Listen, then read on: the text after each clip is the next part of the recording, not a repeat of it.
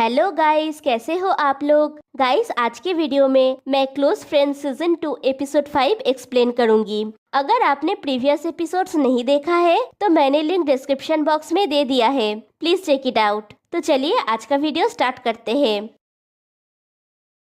Episode 5 की शुरुआत में दिखाया जाता है जेडाई बेडरूम में जाता है तो देखता है रे बेड पे नहीं है।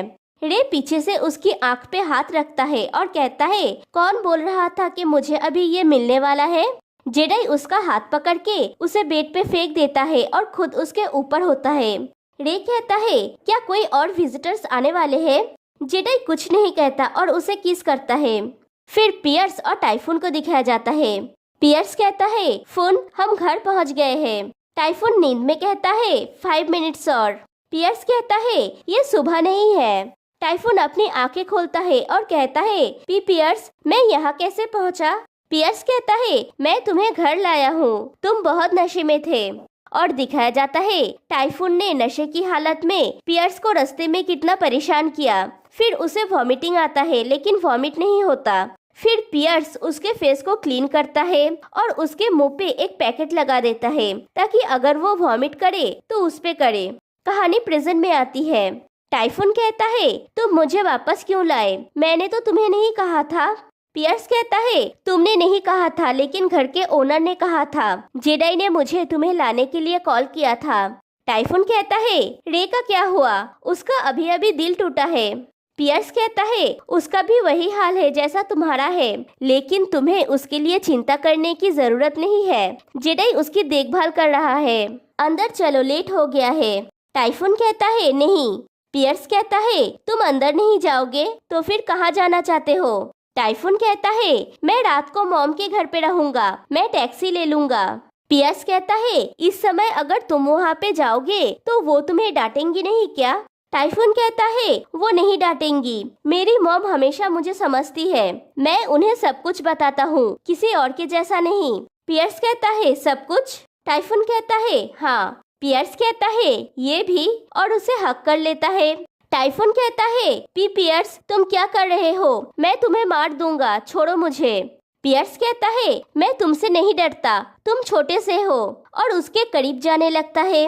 टाइफून कहता है, तुम क्या कर रहे हो। पियर्स कहता है, एक शरारती बच्चे को सबक सिखा रहा हूँ, और उसे किस करता है। और टाइफून का गुस्सा भी शांत हो जाता है और ये सीन यहीं पे कट हो जाती है। फिर नेक्स्ट डे मॉर्निंग का सीन दिखाया जाता है। पियर्स टाइफून को रूम में एक्सरसाइज करवा रहा होता है। तभी वहाँ से पियर्स की मॉम गुजर रही होती है तो उन्हें कुछ वियर्ड सी आवाजें आती है। वो डोर ओपन करके देखती है और उन दोनों को गलत समझ लेती है और वहाँ से चली जाती है। पियर्स भी उनके पीछे जाता है।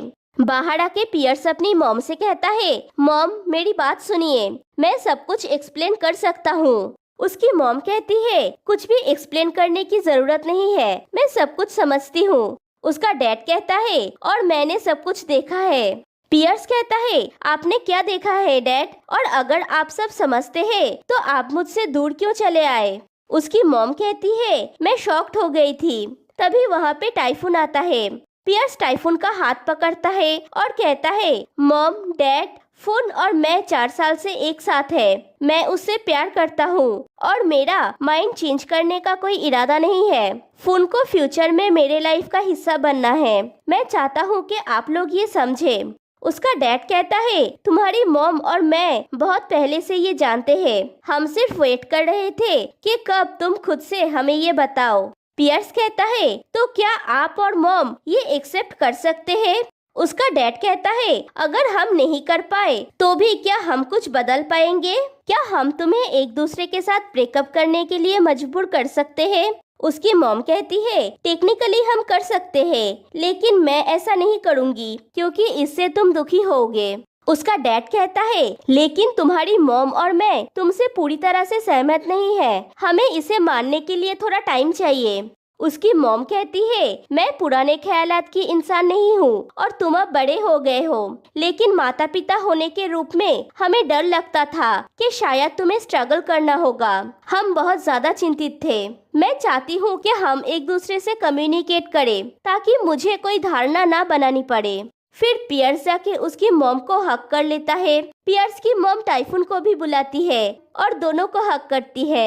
फिर रे और जेडाई को दिखाया जाता है। रे खा रहा होता है और जेडाई उसकी तरफ देख रहा होता है।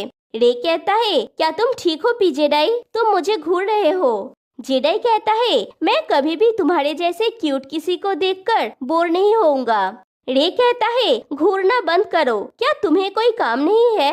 जेडाई कहता है, मैं नहीं जाना चाहता, मुझे डर लगता है कि जब तुम अकेले होगे तो शायद सब चीजों के बारे में ज्यादा सोचोगे। रे कहता है, मैं अब और नहीं सोचूंगा। जेडाई कहता है, रे दूसरों की बातें मत सुना करो। फिर उसका हाथ पकड़ के कहता है, सिर्फ याद रखना, मैं तुमसे बहुत प्यार करता हूँ। ये मत भूलना कि हम पहली बार कैसे मिले थे। चमत्कार केवल सोलमेट्स के साथ होते हैं, समझे? रे कहता है, जो भी तुम कहो। फिर जेडाई गायब हो जाता है। मतलब रे अभी तक इमेजिन कर रहा था। रे कहता है, सिर्फ 1 सेकेंड हुआ है, लेकिन मैं ऑलरेडी तुम्हें मिस कर रहा हूँ। फिर पिछली रात की फोटोज सोशल मीडिया पे देखता है, जब पियर्स टाइफून को लेके जा रहा था और जेडाई उन्हें बाहर छोड़ने आया था। रे कहता है, ये कुछ नहीं है। फिर ऑफिस का सीन दिखाया जाता है। टीना जेडाई को वो फोटोज दिखाती है जो पिछली रात को खींचे गए थे। जेडाई कहता है, आपको ये फोटोज कहाँ से मिला? टीना कहती है, किसी ने हमें ये भेजा है, हमारे पास दोपहर तक का टाइम है। अगर हम उन्हें पर फोटो 1 लाख बर्ड्स नहीं देंगे तो वो इन फोटोज को लीक कर देंगे। जेडाई कहता है, उन्हें पैसा मत देना और पुलिस के पास जाओ। टीना कहती है, अच्छी बात ये है कि पाई यहाँ पे नहीं है। फिर टीना पियर्स और टाइफून से पूछती है, तुम लोगों का क्या? तुम दोनों जेडाई के घर पे क्या कर रहे थे? और उन्हें वो फोटोज दिखाती है। जेडाई कहता है, टाइफून रे का फ्रेंड है, वो सिर्फ कुछ समय के लिए उससे मिलने गया था। टीना कहती है, मुझे नहीं लगता कि ये कुछ समय के लिए है। और पियर्स का क्या? जेडाई कहता है, पियर्स वहाँ गया था टाइफून को लाने के लिए, उसका मुझसे कोई लेना देना नहीं है। टीना कहती है, लेकिन उससे संदेह पैदा हो रहा है और समस्या खत्म नहीं होगी। जेडाई कहता है, ऐसा नहीं होगा। अगर कोई हमें परेशान कर रहा है और इस तरह की स्पष्ट फोटोज ले रहा है। टीना कहती है, तो क्या हम हर चीज की जड़ तक पहुंच सकते हैं? तभी मिलिन कहती है, बहुत लेट हो गया है, और सोशल मीडिया पे वो फोटोज दिखाती है। आउन कहता है, ये फोटोज कैसे लीक हुए? मैंने सोचा था कि उन्होंने हमें दोपहर तक का टाइम दिया है। टीना कहती है, अब तक पाई ने शायद सब कुछ देख लिया है। मिलिन कहती है, मुझे लगता है जिसने फोटोज लीक किए हैं वो पैसे के पीछे नहीं है, इसलिए उन्होंने प्राइस इतनी हाई सेट किया है। वो शायद ये देखना चाहते हैं कि कंपनी और जेडाई कैसे रिएक्ट करता है। फिर टीना टाइफून से कहती है, तो अगर तुम मुझे कोई आंसर नहीं दे सकते तो अपना सामान बांधो और निकलो यहाँ से। फिर टीना को पाई का कॉल आता है और ये सीन यहीं पे कट हो जाती है। फिर पियर्स और टाइफून को दिखाया जाता है। टाइफून कहता है, मैं इस्तीफा देने को तैयार हूँ। मैंने अभी अभी यहाँ पे काम करना स्टार्ट किया था। मैं अभी भी परिवीक्षा पर हूँ। पियर्स कहता है, लेकिन ये ठीक नहीं है, तुमने कुछ गलत नहीं किया है। टाइफून कहता है, लेकिन इसमें काम शामिल है, हम कुछ नहीं कर सकते, है ना? पियर्स कहता है, इट्स ओके, मैं टीना के साथ बात करूँगा। टाइफून कहता है, मुझे बुरा लग रहा है। पियर्स कहता है, मुझे लगता है अगर मैं उसे अच्छे से समझाने की कोशिश करूंगा तो वो शायद समझ जाएगी। तभी वहाँ पे फा आती है और टाइफून से कहती है, टीना तुम्हें बुला रही है। और टाइफून फा के साथ टीना के पास जाता है। टीना कहती है, मुझे बताओ तुम रे और जेडाई के बारे में क्या जानते हो? और ये सीन यहीं पे कट हो जाती है। फिर पियर्स को दिखाया जाता है, वो बहुत परेशान होता है। मार्क उसे पूछता है, क्या हुआ? क्या तुम उन फोटोज की वजह से परेशान हो? पियर्स कहता है, नहीं। मार्क कहता है, तुम्हें मुझसे छुपाने की जरूरत नहीं है। पियर्स कहता है, क्या तुम्हारे पास बहुत सारा टाइम है इसीलिए तुम यहाँ पे घूम रहे हो? मार्क कहता है, मैं कुछ इंस्पिरेशन ढूंढ रहा हूँ। मिस्टर प्रोड्यूसर, मैं तुम्हें कुछ बताता हूँ। जहाँ प्रेम है वहाँ पे दुख है, और जहाँ पे कंटेंट है वहाँ पे गीत लिखा जा सकता है। फिर कहता है, सीरियसली प्यार दुख के बिना इम्पॉसिबल है, क्योंकि सभी के उम्मीदें होते हैं और इसीलिए हर कोई बदल जाता है। अगर तुम बिना सफर किए प्यार में रहना चाहते हो तो तुम्हें परिवर्तनों को स्वीकार करने और समझने में सक्षम होना होगा। प्यार को अपने इर्द गिर्द घूमने मत दो और खुद को अपने जीवन का केंद्र मत बनने दो। यही मेरे न्यू सॉन्ग का कंसेप्ट है। तुम्हें पसंद आया? पियर्स कहता है, हाँ मैं एक तरह से समझ रहा हूँ। मार्क कहता है, एनीवे मुझे अब और बहुत कुछ समझ में आ गया है, तो मैंने तुम्हें इसके बारे में बता दिया है। और वो चला जाता है। पियर्स कहता है, इसको क्या हुआ? फिर जेडाई एक बड़ा सा टेडी लेके घर पहुंचता है और रे को बुलाता है, लेकिन रे नहीं आता। फिर वो पूरा घर चेक करता है, लेकिन उसे रे कहीं नहीं मिलता। फिर उसे बेड के ऊपर से एक लेटर मिलता है जिसपे लिखा हुआ होता है, चमत्कार सिर्फ सोलमेट्स के साथ होते हैं, लेकिन मुझे लगता है वो एक्सपायर भी हो जाएगा। तुम्हारे साथ रहना और तुमसे प्यार किया जाना अमेजिंग लगा। इससे ज्यादा मांगने की मेरी हिम्मत नहीं है, लेकिन मुझे लगता है मेरा समय समाप्त हो गया है। मैं तुम्हारी परेशानी का कारण नहीं बनना चाहता।